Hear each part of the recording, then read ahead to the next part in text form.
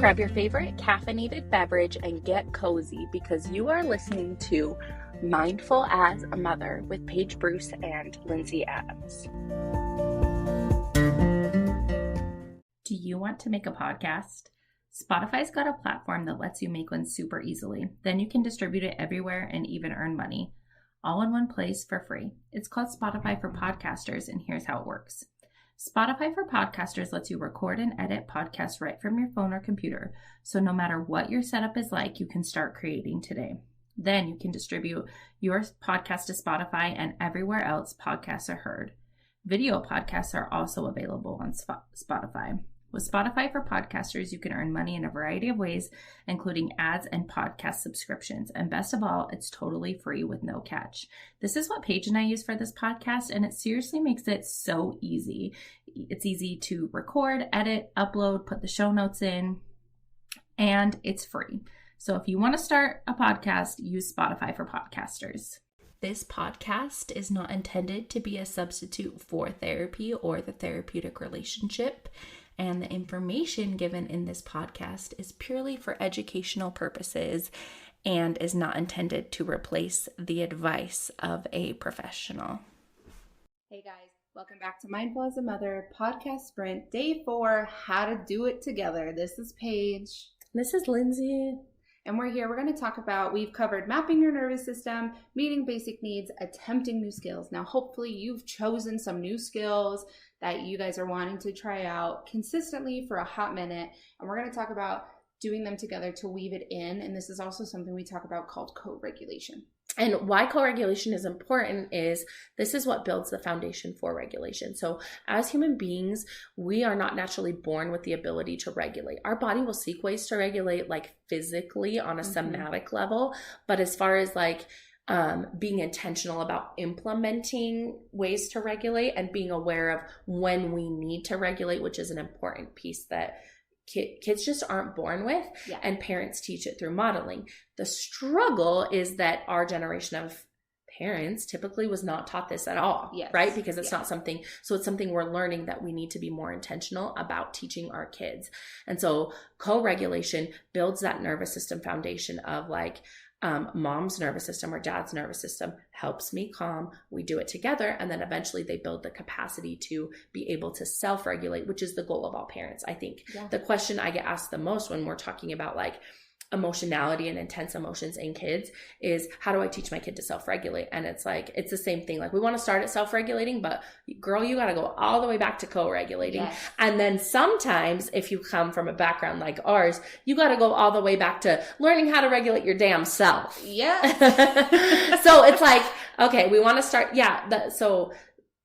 Anyway, that's why it's important, and we need to be doing these things actively with our kids. So seeing you do them is one way of co-regulation, because and hearing you talk about it, because they're seeing it modeled to them, but then also doing it with them and helping them tune into what's going on in their body. Yeah, and I really believe in parent culture. We come across an age range where we believe kids should just be able to work through their emotions. Seven is the age. About 7, yeah. And developmentally, cognitively, we have the brain development for the capacity of self-regulation, but just like we were talking, if they haven't learned with you how to regulate, co-regulating first, then we're really not available and have the skills necessary to self-regulate. So it doesn't matter what age we're starting, you want to start with co-regulation. And don't be feeling bad about yourself if your kid is 13 and you haven't started. You just have to do the steps. Or like, I'm a 34-year-old woman and I've been doing the steps for 2 years now. And that's just what happens. And it's as we learn more, we do more. But these are things that you can go back and do the steps. Always. It's not a missed opportunity. It's just maybe they're doing them later than a different child would. And that's okay. And I think that's where when we get into comparing like the shoulds of a 7-year-old shouldn't be having tantrums, that's not necessarily the case, because the 7-year-old is having tantrums and we need to figure out, a way to help them learn to regulate. Or if as an adult we're having a tantrum. So like I didn't necessarily learn co-regulation until I became in a committed relationship with my husband, who is very even keel, and he has the ability to self-regulate.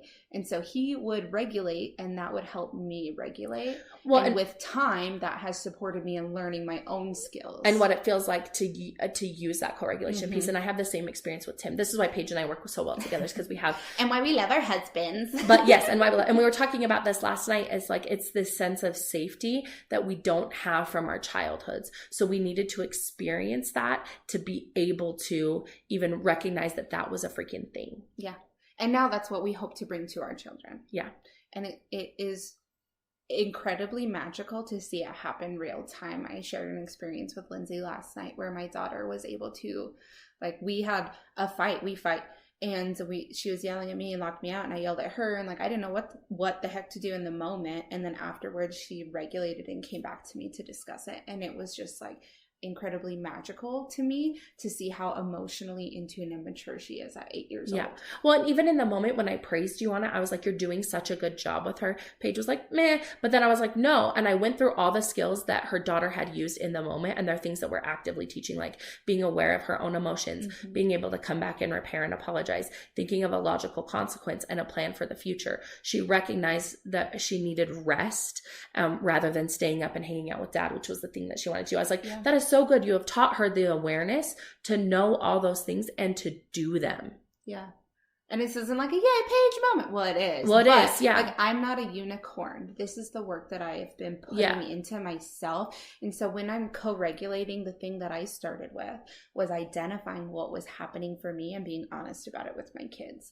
Because they can tell. They don't have the words to verbalize it, and they won't understand it. So they'll use whatever experience they have to make sense of it, which is why some kids are like, my mom hates me, or, you know, like, oh, they're mad at me right now. It's like, no, I'm not mad at you. I'm stressed. But if you haven't verbalized that, they don't know. They don't know. And and like we talked about in our monsters episode, like our brain makes up stories when we don't know what's going on. So if we can communicate, and I think there's this barrier of where parents feel like they can't communicate their emotions and their reactions to their kids because it feels like we want to protect them from that, but we're not protecting them. We have mirror neurons. They can feel our nervous system. And you don't want to share every dirty detail about it. Needs to be age appropriate. Yeah. But like saying like, I am feeling, and I say this a lot because we're a neurodivergent family, I am feeling very overstimulated right now. Like there is a lot of noise. And then my daughter came to me and said, there's a lot of noise and it's making my head have a lot of thoughts. And I was like, oh, that's really, she's 5. Like that's really good awareness. Like and she was like, I need my headphones. Yes. So she goes and gets her big noise canceling headphones. And it's like, okay, these are things that I've modeled and I've expressed and I've co-regulated with her that now she can see in herself. Yes. Just by me communicating my own experience to her. I say it a lot too. I was like, I'm feeling very stressed and overwhelmed right now. I just need a minute. And the kids know. Another thing that my kids have started doing, which I love, and I take it as an opportunity to co-regulate, is they call me out. So my 8-year-old say, Mom, don't get mad. Like she hears my tone shift, right? And so she'll prompt me. She's like, Mom, don't get mad. Do you want to take bubble breaths? And instead of responding, like reacting to that out of anger, or like, don't tell me what to do. No, I don't want to do that. Like that, because that is my honest to God initial response. Yeah. I hold that, right? I give myself a pause, and then I say, yes, can you do them with me? Yeah. And so then she is supporting me in a way, but like we're practicing that co-regulating. Yeah. Like we're identifying it, we're labeling it, and then we're practicing that skill together. One thing I want to talk about is helping your kids bring awareness to when they need to use skills or like their own body sensations, because that's something that I feel like in general as a human race we're very disconnected from, the connection between our body and what's going on in our body and our state. And so sometimes if my kid is feeling a really intense emotion, I will ask, where do you feel that in your body right now? And so I have them in the calm down corner. We have like a post. I'm clearly like a therapist parent. We have like a poster of like the different feelings. So they point to the one that they're feeling. And now they've started to do it on our own. Like they want to tell me how they're feeling. And I'm like, okay, where are you feeling that in your body? And so it's helping bring that awareness, because what I found is feelings land in our body first, right? Yes. And so you know in your body that something is happening before your brain can like bring that to your attention. And so if we can teach our kids that the emotion is showing up in your body first, and when I get this butterfly feeling in my stomach, it means that I'm actually worried or nervous about something, or excited because it presents the same way, then I can use a skill more quickly. Yes. And so we're teaching that self-regulation piece, and like a natural, really nice benefit is you're having less of the behavior part of the dysregulation. Yeah. And bonus is you are regulating also, right?